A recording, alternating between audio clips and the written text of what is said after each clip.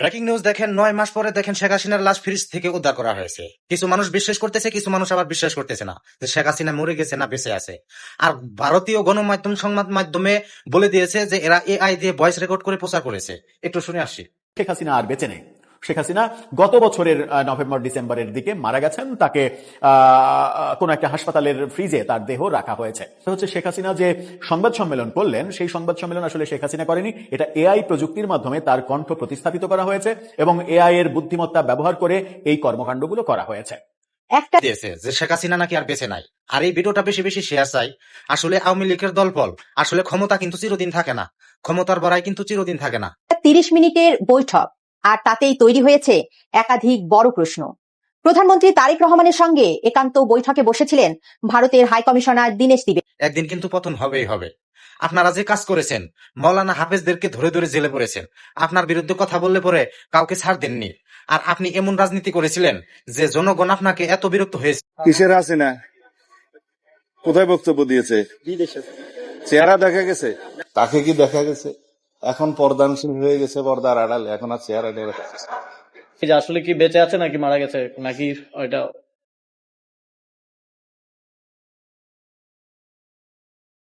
যে নেত্রীর একটি মাত্র ইশারায় একসময় পুরো দেশের শেষ পর্যন্ত নিজের দেশেও জায়গা হয় নাই, নিজের দেশেও আপনি পাত্তা পান নাই, সবশেষে ভারতে গিয়ে আপনি পালাইছেন। আর এই ভিডিওটা বেশি বেশি শেয়ার করে সকলের কাছে পৌঁছে দিবেন। আরো যে কত কিছু করছে তার কোনো বিকল্প নাই। হত্যার বিচার, গণহত্যার বিচার, শাপলা চত্বরের বিচার, জুলার আন্দোলন, কত মানুষ মেরেছে। এসব মানুষ যারা মেরেছে তাদের হিসাব দিতে পারবেন আল্লাহ তাআলার কাছে ঠিকই একদিন জবাব দিবে। শাসন থমকে দাঁড়াতো, যার হুঙ্কারে কেঁপে উঠত রাজনীতির মাঠ। 5ই আগস্টে সেই দোদর্ত প্রতাপশালী শেখ হাসিনা আজ কোথায়? তিনি কি আদৌ বেঁচে আছেন, নাকি নীরবে নিভৃতে এই পৃথিবী থেকে চিরতরে বিদায় নিয়েছেন? চারদিকে শুধু এক অদ্ভুত নীরবতা। 5 আগস্টের গণ অভ্যুত্থানের পর থেকে তার কোনো দৃশ্যমান উপস্থিতি নেই।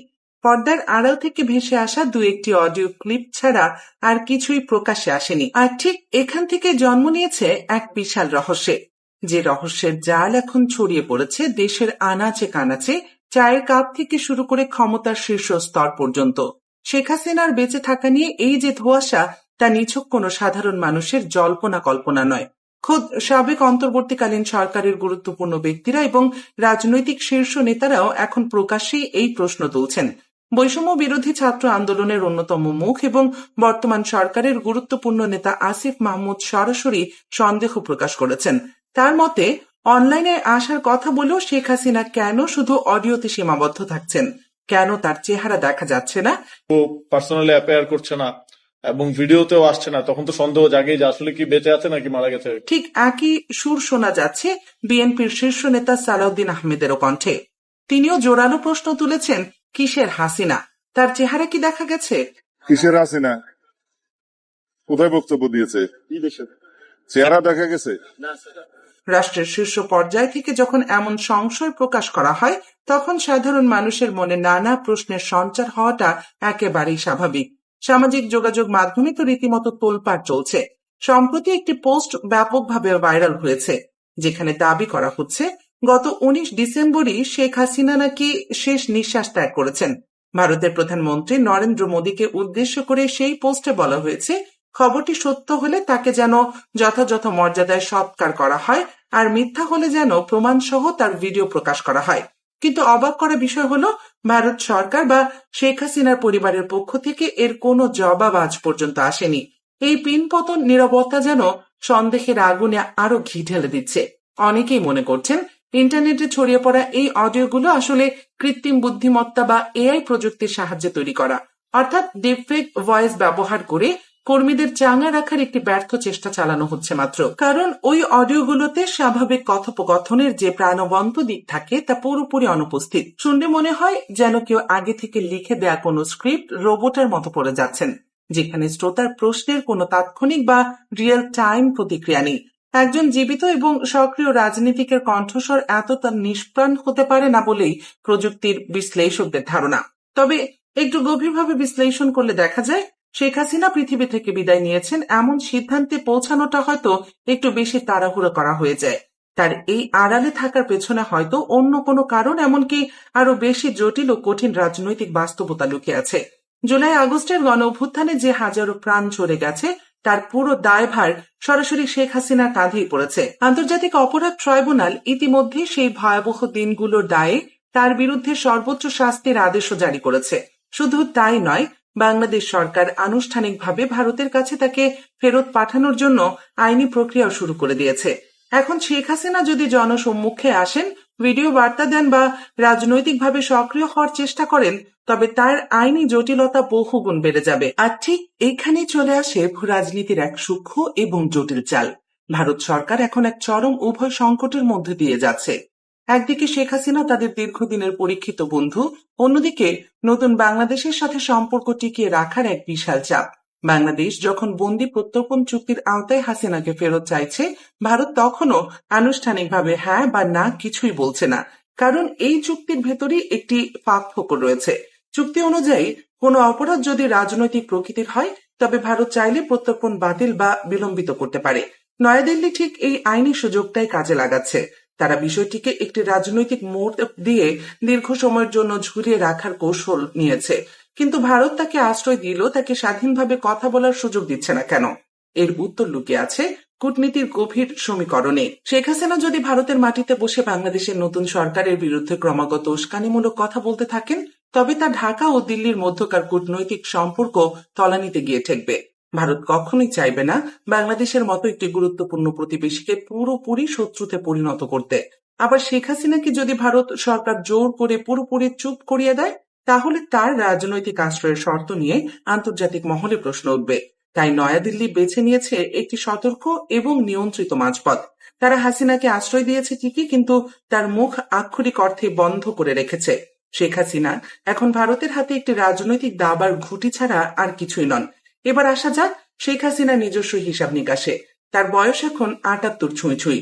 এই বয়সে একজন মানুষের শারীরিক ও মানসিক শক্তি স্বাভাবিকভাবেই কমে আসে। তিনি খুব ভালো করেই জানেন বাংলাদেশে ফিরে আসার অর্থ হলো সরাসরি চূড়ান্ত শাস্তির মুখোমুখি হওয়া।